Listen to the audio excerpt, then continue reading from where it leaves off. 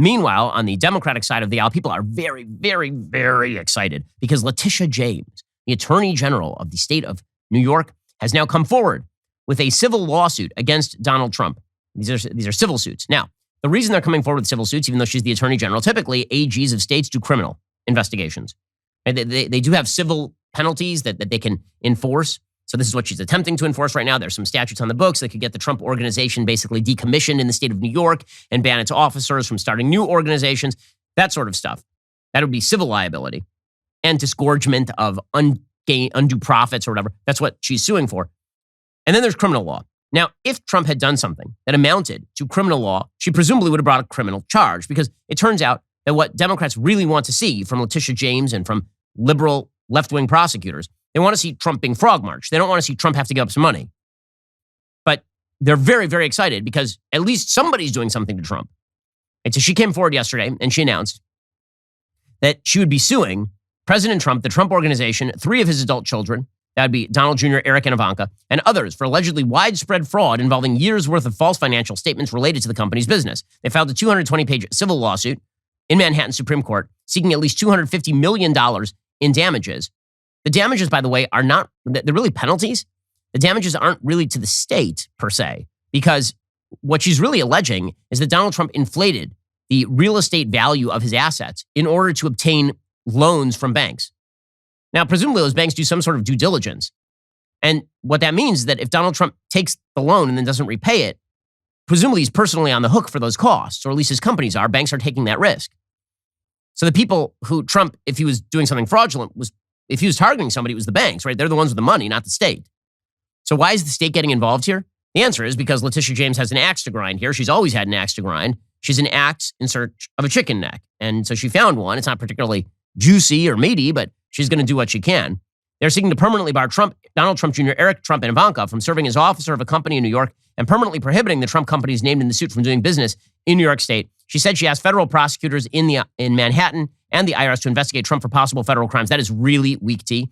Even people who are congenitally predisposed to hate Donald Trump, Ken White over a Pope hat, for example, he says that the criminal liability here is basically nil. And James said that Trump massively overstated the value of his assets in statements to banks, insurance companies, and the IRS to obtain more favorable loan and insurance terms for his company, as well as to lower its tax obligations. Here was Letitia James announcing this civil suit. Now, again, the reason she's doing the civil suit as opposed to the criminal suit requires proof beyond a reasonable doubt. That is the criminal standard in the United States. Civil suits require preponderance of the evidence, which means like 51%. There's a big difference between saying I have evidence to prove 99%. You are definitely guilty of this thing. And 51%, you probably did this thing. The reason she's going for a civil suit is because she couldn't go for a criminal suit. Keep that in mind. Here she is. I am announcing that today we are filing a lawsuit against Donald Trump for violating the law as part of his efforts to generate profits for himself, his family, and his company. Mr. Trump and the Trump Organization repeatedly and persistently manipulated the value of assets to induce banks to lend money to the Trump Organization on more favorable terms than would otherwise have been available to the company. The club generated annual revenues of less than $25 million and should have been valued at about $75 million. However, Mar-a-Lago was valued as high as $739 million. Wow. Okay, so valuation of real estate is always a dicey business because until you actually sell a property, you don't know how much the property is worth, right? You can look on Zillow right now and look at what your house is worth. It probably ain't worth that. Zillow is wrong most of the time now because the market is so up and down. Trying to determine the value of a giant piece of real estate like Mar-a-Lago is very difficult, especially because you could theoretically say, okay, sure, it wasn't actually zoned, for example, for residential use, but you could change that, right? You could file some forms. So when you are evaluating real estate, this is a point that Bill Barr made, the former attorney general, who again is not legally predisposed to support Trump on a lot of these issues. Bill Barr was like, yeah, this is really, really weak sauce. Like there's not much here.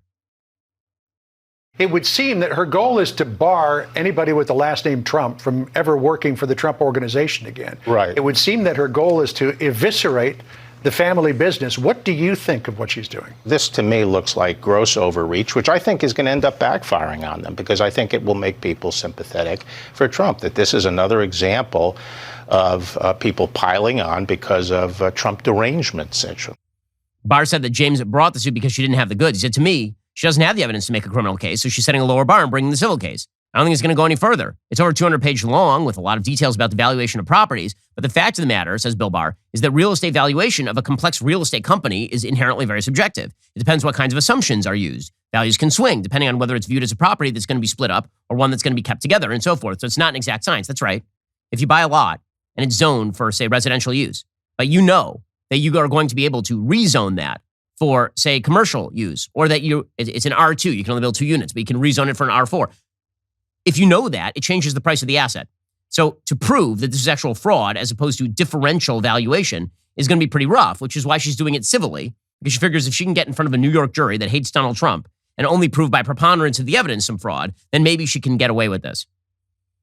The suit says that despite claims to the contrary by the Trump Organization to third parties, no professionals outside the company were retained to prepare statements of Trump's financial condition. Those statements included claims about the value of various real estate assets that were used to obtain loans and insurance coverage. The suit says to the extent Trump and the Trump Organization received any advice from outside professionals that had any bearing on how to approach valuing the assets, they routinely ignored or contradicted such advice. James pointed to a Manhattan property listed in the lawsuit, 40 Wall Street, this is CNBC reporting, as an example of that. She said the Trump Organization and Trump received appraisals from a bank calculating the value of the property at $200 million as of August 1st, 2010, and $220 million as of November 1st, 2012.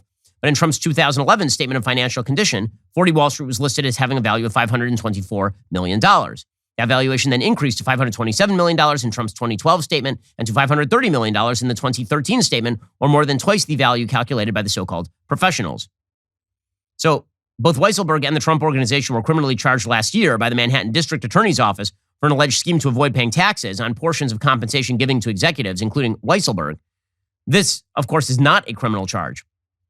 And herein lies the problem. The problem is that Letitia James made extraordinarily clear years ago that she basically had a bullet and Donald Trump's name was on it, legally speaking. That she was not interested in whether Donald Trump had committed a crime. She hated Donald Trump and she was going to hang a crime on him. I mean, it's not even, this is worse than Javert. At least Javert has actually seen a crime committed by Jean Valjean. He may be overzealous in prosecuting the crime, but at least a crime was committed. Here, it's unclear whether, I mean, it actually is pretty clear a crime was not committed, considering she's not actually filing a criminal suit against Donald Trump, and what she's referred to the IRS does not look prosecutable. But Letitia James basically decided in advance that she wanted to get Trump, and she said it over and over and over again, which looks very much like vindictive prosecution, which actually should be illegal. Here was Letitia James back in 2018 vowing to get Trump. We would join with law enforcement and other attorneys general across this nation in removing this president from office. In addition to that, the Office of Attorney General will continue to follow the money because we believe that he's engaged in a pattern and practice of money laundering the money from foreign governments here in New York State. The country at war with itself. You may be wondering what you could possibly do to change it. The answer is simple: everything. And it starts with electing an attorney general who will never back down when Trump or anyone else threatens our rights. Okay, I mean, first of all, it's a ridiculous video, but this is what Letitia James was campaigning on in 2018. I will get Trump. By the way, notice the allegations that she mentions there never came to fruition. And she accused him of money laundering, of taking foreign money and then basically avoiding paying taxes on them or paying taxes on the money in order to clean the money. Has she made that allegation anywhere? No. And she said this over and over in 2018. Again, it's not like she was hiding the ball. She said, we need to focus on Trump. It's the only thing that matters. Now, she's attorney general of a state with crime rates that have spiked dramatically over the course of the past couple of years. But she's focused in like a laser beam on Trump. So when Trump says they're out to get me, it kind of looks like she's out to get him, doesn't it? We need to find out where he's laundered money.